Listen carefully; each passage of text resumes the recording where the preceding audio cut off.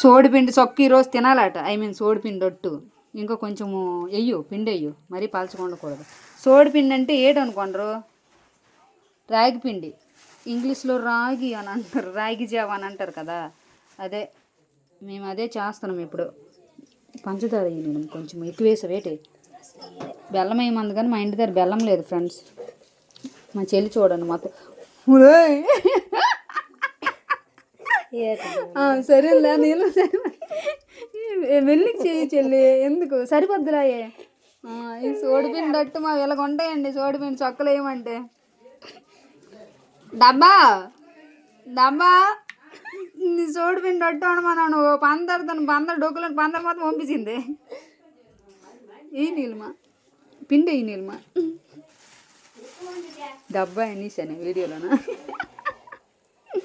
Friends తర్వాత మిగతా తర్వాత చూపిస్తాం, అట్టేసిన తర్వాత. బాయ్.